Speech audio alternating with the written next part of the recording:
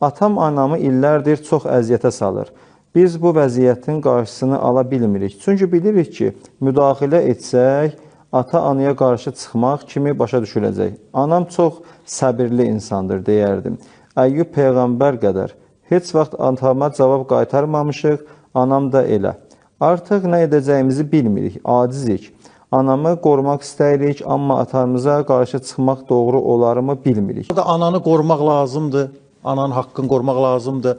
Anaya zülm olursa xüsusilə mütləq onu qoruma altına alırız və belə bir xanım ki buyursunuz, onda Peyğəmbər səbri var. O doğrudan da böyük xanımdır. Bəli, bəli.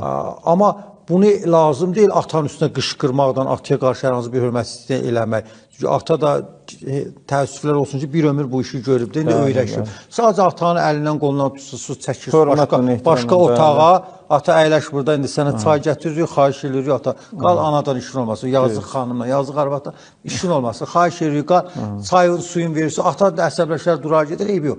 Çox işiniz olmasın, dursun getsin başqa otağa, həyətə. Amma anınızı qoruyuz da, bir ömür bu xanım əziyyət çəkib, ən azı indi qoruyuz.